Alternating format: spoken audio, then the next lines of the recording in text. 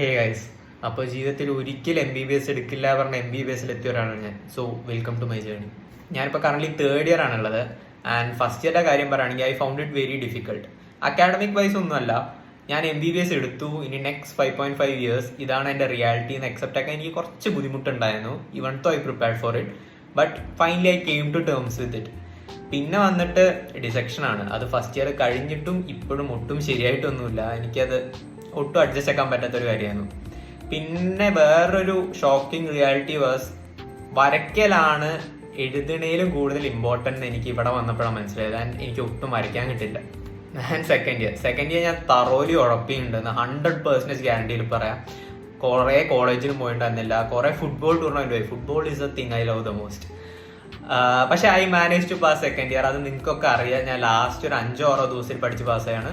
So second year ഞാൻ കുറച്ചൊക്കെ enjoy ചെയ്തിട്ട് വേണമെങ്കിൽ പറയാം. കമ്മിങ് ടു തേർഡ് ഇയറിനെ പറ്റിയുള്ള ജനറൽ അഭിപ്രായം, third year is the best year in MBBS life. ഇതാണ് ഹണിമൂൺ പീരീഡ് എന്നൊക്കെയാണ്. പക്ഷെ NMC decided no, you don't get that. And അവരൊരു റൂൾ കൊണ്ടുവന്നു, അറ്റൻഡൻസ് കമ്പൽസറി ആണ്, ഇല്ലെങ്കിൽ ഇയർ ബാക്ക് ആണ്. മാർക്ക് ഇല്ലെങ്കിൽ കുഴപ്പമില്ല, അറ്റൻഡൻസ് വേണമെന്ന്. അപ്പോൾ ഭയങ്കര ഹെക്ടിക് ആണ് എനിക്കിപ്പോൾ കറന്റ്ലി. പിന്നെ അതിന് വേറൊരു റീസണും കൂടിയുണ്ട്. എനിക്ക് ഇഞ്ചുറി ആയതിനു ശേഷം ഫുട്ബോൾ ഞാൻ അധികം കളിക്കാറില്ല. അപ്പോൾ എനിക്ക് ഓവറോൾ ഒരു ഹാപ്പിനെസ് എന്ന് പറയാനുള്ള സാധനം ഇല്ലാണ്ടായി. അപ്പോൾ ഞാനിപ്പോൾ കറന്റ്ലി കാലിസ്റ്റനിക്സിനെ പോയിക്കൊണ്ടിരിക്കണം. So I manage. ആൻഡ് NMCയുടെ സർപ്രൈസ് അവിടെ ഒന്നും നിന്നിട്ടില്ല. തേർഡ് ഇയറിലെ 2 സബ്ജക്റ്റ് കൊണ്ടിട്ട് ഫൈനൽ ഇയറിലുണ്ട്. Final year is already hectic with 4 subject. അതിനോട് ഈ 2 കൂടി ആയി കഴിഞ്ഞാൽ എന്താവുന്ന എനിക്ക് ഒരു ഐഡിയ ഇല്ല. എൻ്റെ mental health is going to. എൻ്റെ ഒരു സോഷ്യൽ ലൈഫ് ആസ്പെക്ട് പറയുകയാണെങ്കിൽ, പണ്ട് ഞാൻ ടുവേർഡ്സ് ഒരു എക്സ്ട്രോവേർട്ടഡ് സൈഡ് ആയിരുന്നു. ഇപ്പോൾ kind of introvert or anti social എന്ന് തന്നെ പറയാം. ഞാൻ ആരോടും സംസാരിക്കാൻ പോകാറില്ല. മേ ബി ബിക്കോസ് എനിക്കൊരു ഇഷ്ടമില്ലാത്തൊരു അറ്റ്മോസ്ഫിയർ ആയതുകൊണ്ടായിരിക്കും. പേഴ്സണൽ ലൈഫിൻ്റെ കാര്യം പറയുകയാണെങ്കിൽ, വീട്ടിലേക്കൊന്നും അധികം പോകാൻ പറ്റാറില്ല, ബിക്കോസ് അധികം ലീവ് ഒന്നും കിട്ടാറില്ല. പിന്നെ ഞാൻ സോഷ്യൽ മീഡിയയിൽ ഭയങ്കര ഒരു ആക്റ്റീവ് പേഴ്സൺ ആയിരുന്നു. കുറേ ഫ്രണ്ട്സിനോട് സംസാരിക്കും. ഇപ്പോൾ അതൊന്നും ചെയ്യാറില്ല, ബിക്കോസ് കോളേജ് കഴിഞ്ഞ് വരുമ്പോഴേക്കും I find my self very tired.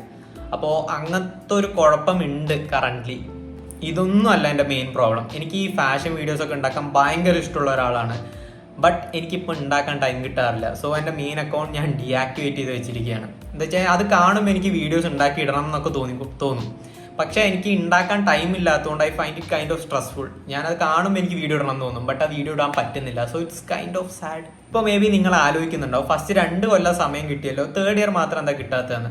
അതിൻ്റെ റീസൺ പറയാനാണെങ്കിൽ, ഫസ്റ്റ് 2 ഇയർ ഈ NMCയുടെ റൂളൊന്നും ഉണ്ടായിരുന്നില്ല. നേരത്തെ പറഞ്ഞ പോലെ അറ്റൻഡൻസ് ഇല്ലെങ്കിൽ ഇയർ ബാക്ക് ആവുക പറഞ്ഞു കഴിഞ്ഞാൽ ചെറിയ കാര്യമൊന്നുമല്ല. ഒരു കൊല്ലം ഒന്നും കൂടി ഇരിക്കുക, that is not possible.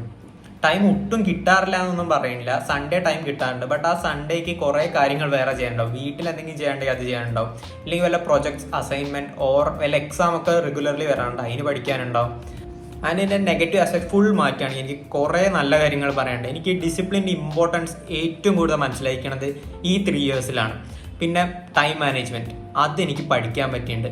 Even തോ എനിക്ക് ഫാഷൻ വീഡിയോസ് ഉണ്ടാക്കാൻ പറ്റുന്നുണ്ടെങ്കിലും ഡേ ടു ഡേ ബേസിസിൽ ഞാൻ കുറേ കാര്യം ചെയ്യുന്നുണ്ട്. ആൻഡ് ഇറ്റ് ജെന്യുവൻലി ഇംപ്രസസ് മീ, ഞാൻ ഇത്രയും ചെയ്യുന്നുണ്ടെന്ന്. എന്താ വെച്ചാൽ ഞാൻ പണ്ട് ഭയങ്കര മടിയുള്ള ഒരാളായിരുന്നു. പിന്നെ I found some good friends. പിന്നെ വീട്ടിൻ്റെ പുറത്ത് നിൽക്കണോണ്ട് എനിക്ക് കുറേ റിയാലിറ്റീസ് ഓഫ് ലൈഫ് മനസ്സിലായിട്ടുണ്ട്. So it's kind of a bitter sweet experience എന്ന് പറയാം. എന്തായാലും ബൈ ഗൈസ്.